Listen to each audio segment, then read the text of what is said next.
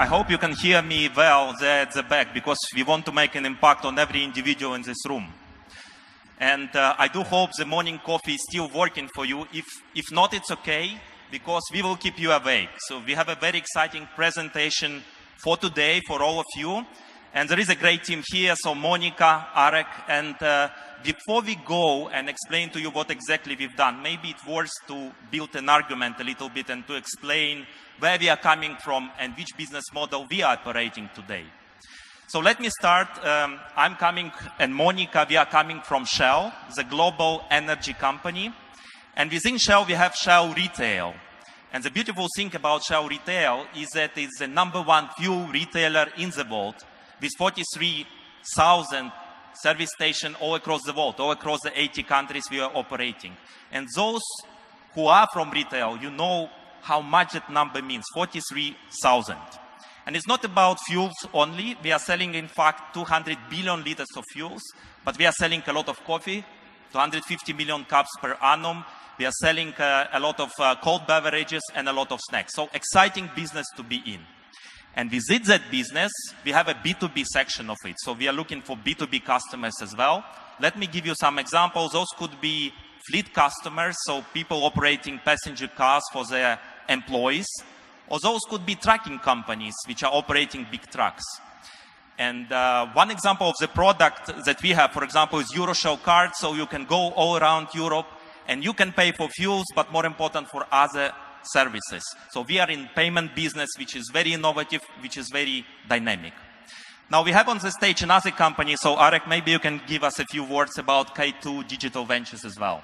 Yeah, simply speaking, K2 Digital Ventures is trying to look for new business models in a close collaboration with startups and external innovators around the world. So basically, we go on the global stage. We talk to startups, innovators, academic research, and people like this, and combine their knowledge and implement that on the corporation side, which is big structures, big processes. But you know more about it, how the big companies collaborate and what is their nature, because we are on the other side. So, No, good, Arek. I think when I reflect about big corporations, I think that's a 100-year-old question, whether you should change. And I bet many of you might be from these big companies which exist for many, many years.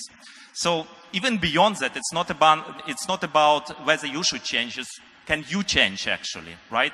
And I like this analogy of insect which trapped inside the amber. So you have an insect which is flying, which is full of energy. It's actually stuck in the amber, and you have layers of amber around it. And it's a beautiful construct, right? So equally in big corporations, you have some entrepreneur who started it, who grows a business, and then you have layers of processes, you have cultures, you have successes, you have failures, and then you have a beautiful construct really at the end. And then the question is, should you kill the beauty, right? But if I look from a different perspective, and let me stick to insects, and it's not about, I don't have any problem with insects in Poland, this fact. It's just, if you start with the process, you keep with the process in big corporation until you change an assignment. So I'm sticking to insects. So just imagine the industries. And industries are full of money, or the big animals full of blood, for that example. And you have a lot of smart individuals and smart companies who are trying to bite and get share of that value, right? Mosquitoes which are trying to suck the blood. And if you sit there in the large organization behind the layers of amber, you might start feeling very lonely. You want to join the party, right? And how big companies typically respond? What they typically do, they start with big innovation. Let me take Shell as an example. So in Shell, we have an ambition to be the most innovative energy company in the world. So we are famous for very big projects like gas to liquid, like floating LNG. We're spending $1 billion on R&D, on research and development. And you can feel all of that. Like in Poland, a week ago, we launched a completely new range of fuels with Dynaflex technology. And I hope you already tried our cool new V-Power for that sake. But anyway, so this global innovation is a response. But is there another way of doing these things as well? What if you look at the local market? You have local customers with their own tastes. You have local competitors which are different. And you have local companies and local entrepreneurs who are having a lot of good ideas. So can you build a local business model and then see if you can scale it up globally? Right? So we talk about all those big companies, small companies, global innovation, local innovations. There seems to be a tension in that, right? Different worlds. Yeah. So do you believe, Arek, that could actually coexist in a certain way? Right, that's how it started. I mean, this slide is like trying to express how we really think about it. So if you think about the old industry, which is retail, and you look at that slide, you can imagine that in a retail space, you had hundreds of thousands of small companies that are moving extremely fast. As you said, those companies trying to get the market share as fast as possible because otherwise they die. They don't have so much time as big companies have with their big R&D or large R&D processes. They don't have a lot of money and resources to build innovation. So what is the beauty of the small innovators around the world? They try to put their product on the market as quickly as possible. If we reach to them, we can actually transfer that approach into corporations world. If you look at this slide, you can see that all those companies started very locally, like even Facebook or PayPal or like Square, or they were very local at the beginning, and then they spread out, which we called scaling. So if we take the idea, like Sasha said, at the local market with the local competitors, and we find external innovators that they already have a product for that demand, we can inject that locally and scale it globally. And that's basically what is an idea behind going outside of the large organization and search for new business models. And afterwards, the synergy is born, meaning that it's so hard, and we will tell you guys later about it, to find synchronization between all those small guys which are on this slide and the huge company which Sasha called like being like stuck in an amber. So that slide reflects that. And now I would like to ask like Monika for like telling us a little bit about the whole process, or being specifically about the steps that we need to undertake to go that through. Mm-hmm. Hi everyone. As Sasha already mentioned, I'm sales manager for a B2B cards business in Poland, Baltics and Ukraine, and me and my team were dealing with companies, corporations like yourself in segment of passenger cars and also transport industry on daily basis. Let me take you through the journey actually we went through to come up with the new business models. Like mid of last year, I was given a task by Sasha and leadership to come up with a strategy for B2B business for the next 5 years. Exciting task. We're the third country to go in Shell after Turkey and Netherlands, so great privilege. But so we got started. We put the project team together. We did our own desktop exercises with internal, external resources. We did put the project team together, and we came up with a list of things that we thought would be good to do. We understood the trends that were on the market. We did the segmentation of our customers. We understood where the untapped potential was that we wanted to go for. But then we understood that we're slowly getting stuck with actually analyzing and putting all that data together and understanding what should be the product of all that analysis, what is the next step. So then we went to the customers, and we asked over 600 customers to understand actually what their pain points were, where they thought that we could, as a B2B fuel card, help them and support them in daily business. And however, it didn't take that much farther. And what we understood is that we need to do something different. And that's actually, luckily, I met Arek at that point at Lunch and Learn, where we were discussing which he was leading in regards to startups, disruptions, unicorns, how to be agile in the current world, and decided that we now need to do something differently. We need to look external. We need to stop looking at our internal boundaries or IT, but we really need to look beyond. And that's why I would like to take you through these 3 steps today, which is how to really take as much as you can from the ideas that you have on the plate, then how to really implement and how to do testing of the proof of concept, and then actually how to make it really live and real in the corporate world, because today we know that a good idea is not enough. So basically, I think that we would like to be as specific as we can. So I think that photos are the best ones to say and to show what happened. We started with many meetings and with really discussing and to get our team on board. What the really disruption, unicorn, all that stuff was again, and to get the team excited about actually thinking in a different way and looking for different solutions. We did the workshops, we did our work again, the one that we came up with, and we knew that whatever the pain points we're going to find, whatever mobility solutions we're going to find, the end game would be applications. So that was really the reality we knew that we're going for. And the thing that I think was the most important one is that when we understood that really in our work, it's not really about that actually that we are gonna, from one day to another sit on the beach in flip-flops and come up with a brilliant idea and analyze and took all those facts together to come up with a great new business model revolutionizing the market. But it's about, on one hand, a methodology and really understanding and working in a startup way. But on the other hand, it's also about looking at our pain points of our customers through lenses of startups. So to understand what is out there on the market that can be already used and translated and put together to create one new business model or a new CVP.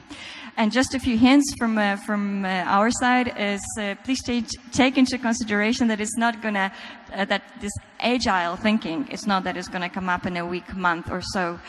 So far, it took us 5 months to get to the stage where we are the private launch step and close to go public. And it also means that you need to devote resources. It's not something that you can do or your team can do on top of daily duties. It's really you need to devote people who will understand that this is the priority for the organization. And also, what is, I think, the most exciting element that is going to change you and it's going to change your team. Because from one day to another, from 1 week to another, you will start reading, asking yourself questions, get really fascinated about innovations and looking for new solutions. Arek, why don't I hand over to you to talk about actually proof of concept and how to get it going?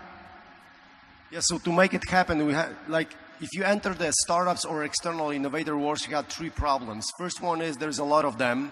The second one, there's a lot of companies, they don't deliver because they're small and the entry barriers to become an entrepreneur today is very, very low.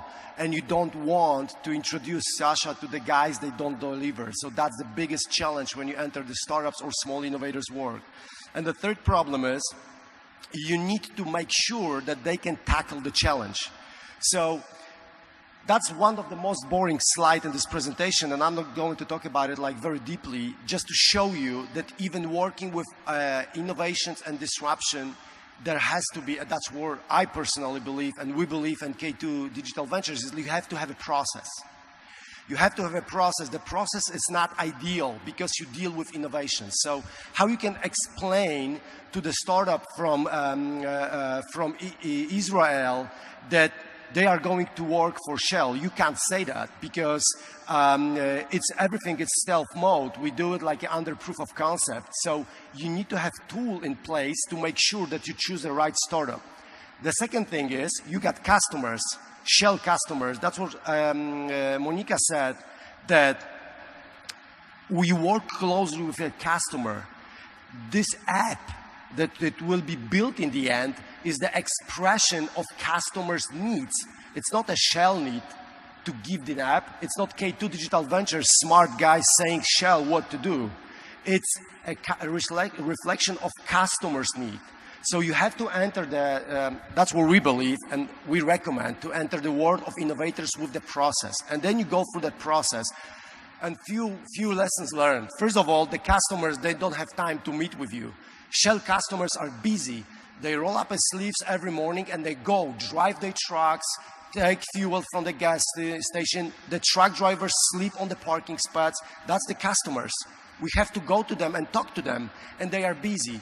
So first we learned that you can't drag them to your office. You need to go to where they are. And there will be a picture later when we are actually in the truck parking, talking to truck drivers, because that's how you have to do it. The innovation cannot be born behind the glass. You have to be on the field with the customer. That's where it is. So that's the process as how we go with it. And if we can go to the next slide, I would like to say a little bit about that all the steps are pretty clear. And we have to go with the really having in mind three things. First one is there is a corporation behind that is actually trying to start from the customer and customer pain points. There will be a solution at the end that will be actually an app, but we are not here to build an app. We're here to deliver a product that will be serving customers. And the first thing is, in the middle, you have a lot of prototypes. You build something, go to customer, take feedback, we call that immersions. It's immersion 1, immersion 2, immersion 3, that you really collaborate with shell customers to deliver the real value. And there are startups that are presenting those technologies to customers. So we actually combine, all of us combine three parties.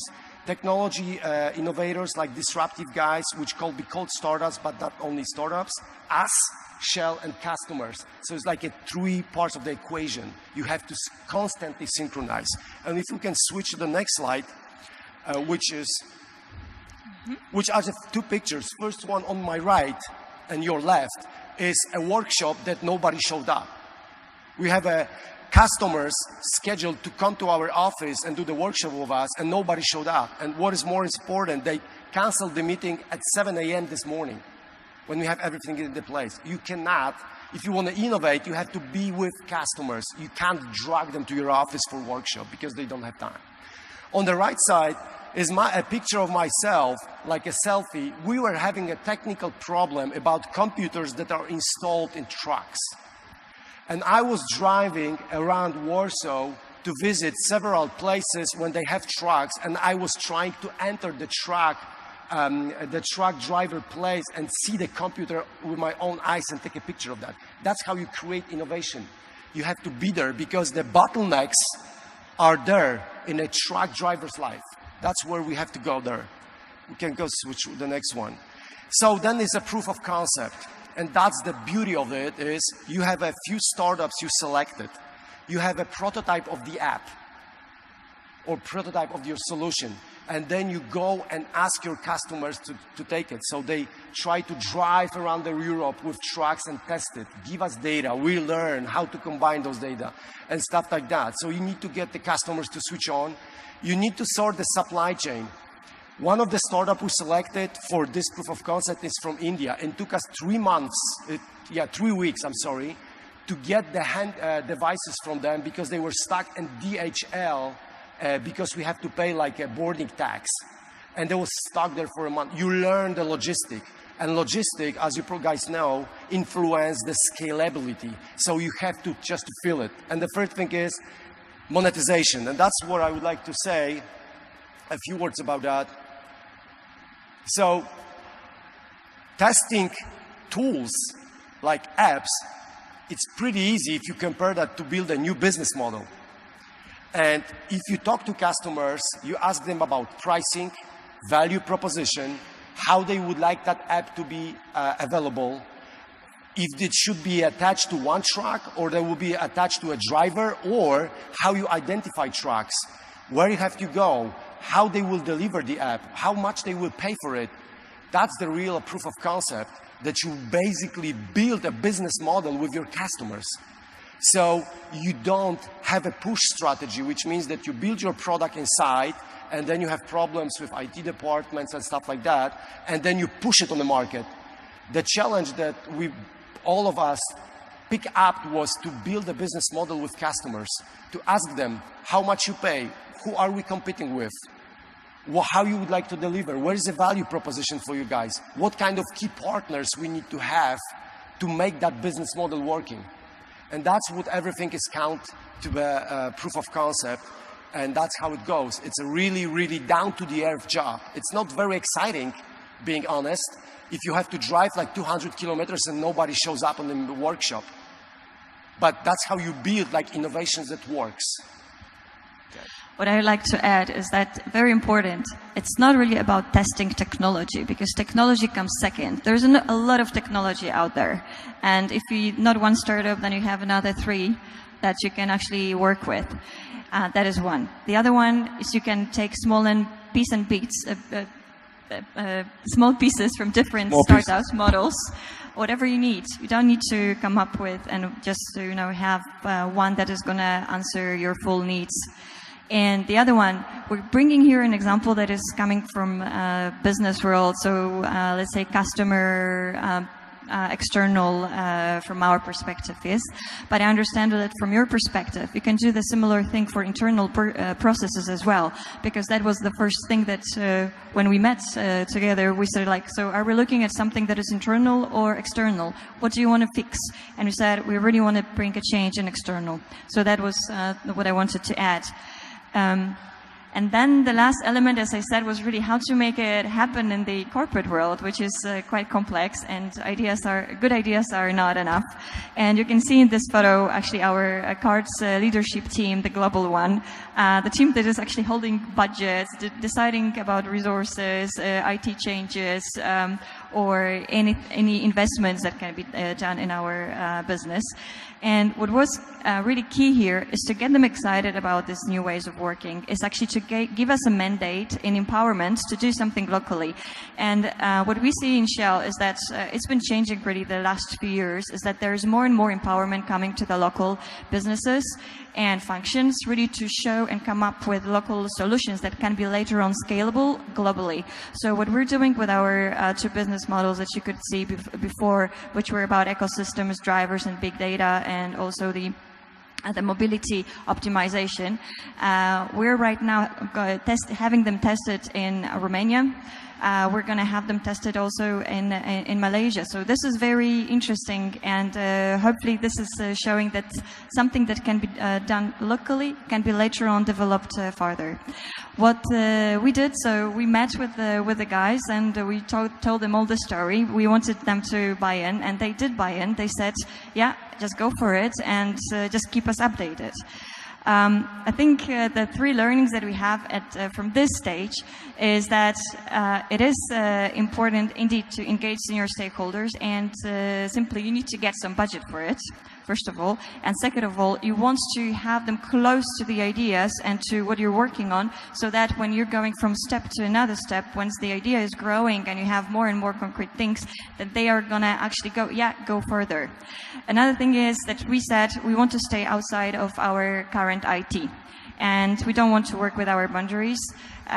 We want to do something that is outside of that. So we put plug and play perspective, so a standalone thing that would be possible to integrate with our systems in the future. But it was not about, as I said, technology. Technology comes second. And then what was important is that because we knew that we were starting something, but we were not sure actually what we're going to come up with and where we're going to end. And that is actually bringing different challenges on the way. So the approach was that we can fail fast. We're going step by step, and knowing that we can actually decide at every moment that we're actually giving up the idea, because the investment hasn't been that big enough that you cannot resign from that. Luckily, so far, the 2 ideas that we went for are still progressing, and there's a lot of excitement in organization about them. So these are really the closing things. And I wanted to hand over to Sasha for the closing remark. Yeah, so you guys shared really wealth of experience, and I think that was very exciting. It's very difficult to amalgamate it, but if I try just 3 things from my side. So first of all, look for ideas that are proven. There's so many millions or billions of individuals that are creating something as we speak. So leverage that and use that. That's number 1. Second, prove your concept, right? Prove your concept. Too easy. So it's not about proving your concept, it's how you do it what matters. And as we said, like engaging customers properly is very, very important. How you motivate them to help you, but also think about your supply chain, because that's going to be critical. And the third thing which I love is how you make it work in a corporate world, because big corporations are good because they plan well and they execute well. And when you start doing something like that, it's terra incognita. You don't know what the end result will be. You don't know how much it will cost, how many resources you're gonna put there. So it's pretty scary, and many people would avoid actually stepping inside it.